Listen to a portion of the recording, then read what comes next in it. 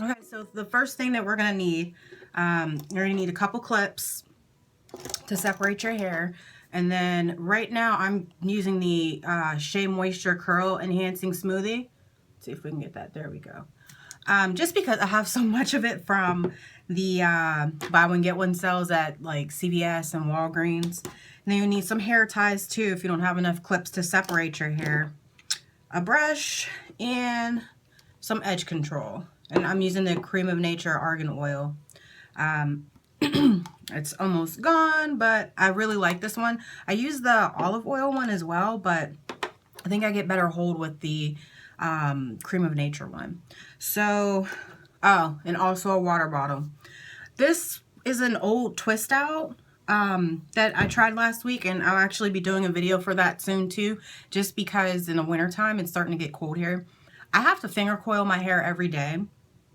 It's not something that really sticks. I can maybe get second day hair sometimes, but with it being so cold, I don't want to wet my hair every morning. So I tried to twist out and actually was pretty nice, but let's see. The first thing I like to do, let's add some water in there.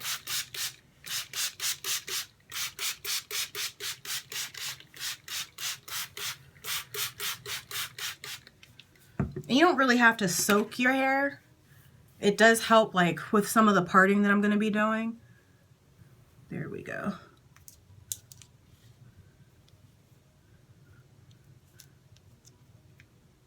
I've done this without a side part, but I kind of prefer it with it.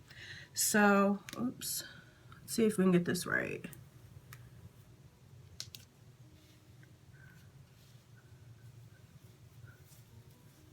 There we go.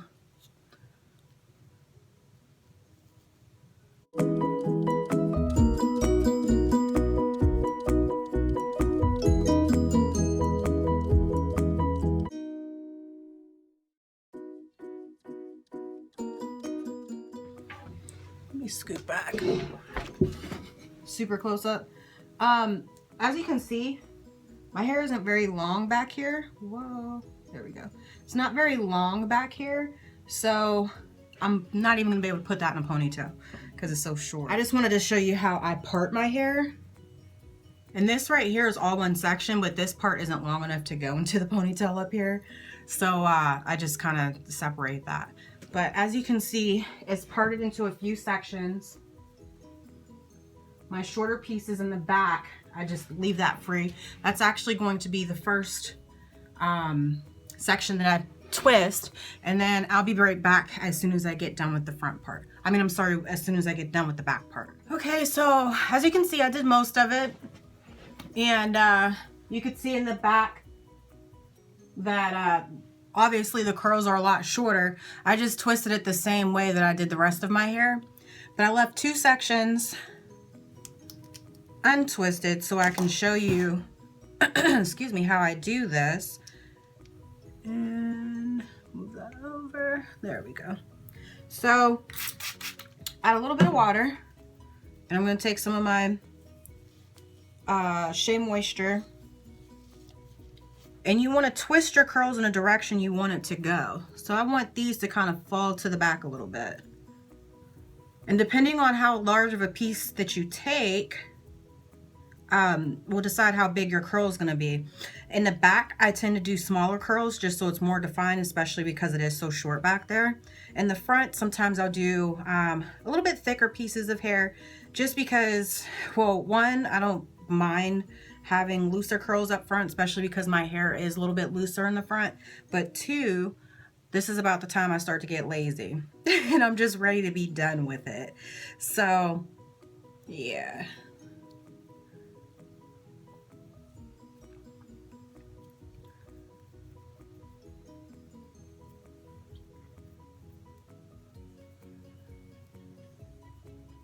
And as you can see, like I said, this is just, my hair has a looser texture. Originally, when I cut my hair, I thought that that was going to fix that problem. It did not, so yeah. On this side, you'll notice that I use my left hand to twist, and it's just easier for me to do it that way, especially on this side. What's that? There we go. So Again, you just want to twist the hair in the direction that you want it to go. I want these to kind of lay to the side a little bit. So I'm just twisting them down.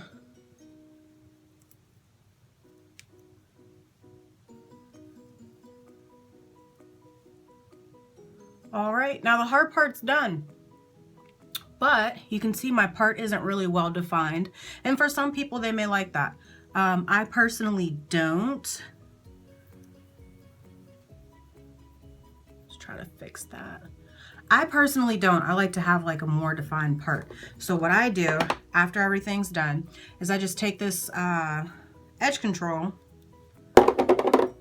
whoops, dig some out with my nail, and then right on the part, I just put a little bit on each side. And that just helps lay the hair down a little bit.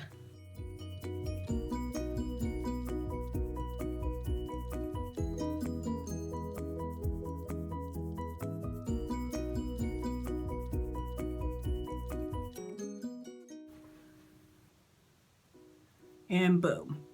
Like I said, I like to have a little bit more of a defined part to show that.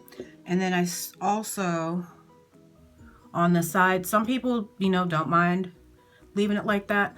I like to slick my edges down too. I just think for me personally, it creates an overall like a cleaner look.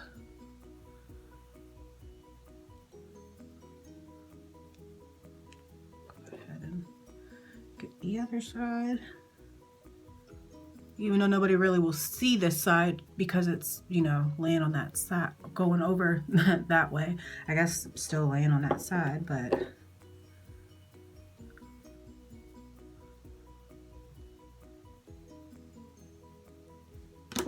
then that brush that we talked about, just gonna brush it over slightly.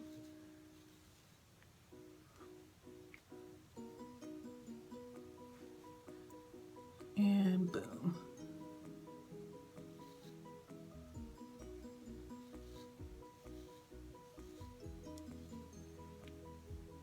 And I kind of, on the sides, like kind of twist some of the hair around my ear because I do wear glasses. And I think it just looks neater that way. And like when I take my glasses on and off, like it doesn't mess it up just because it's already going back that way. So at this point, you can choose to diffuse your hair if you do. I don't. I let it air dry, and it's only because I feel that it looks better when I let it air dry. And I can't diffuse very well yet. So I'm gonna let this dry a little bit, and I'll take some pictures to put on the end of this. But this is pretty much it. It's fairly easy. Like I said, it takes me about 20 minutes to do it. I'm sure as my hair gets longer, it'll take me a little bit longer, or maybe not. When my hair was long, about like bra strap length, mid back length, it took me about 45 minutes to finger curl my hair. So, I mean, 20 minutes for this, and it's really not a lot of hair, but it's just something that for me with my hair length, it doesn't stay well, even when I wear a bonnet and all that. So I tend to have to do this every day, but I'll be back with some pictures of the final look, and thank you for watching.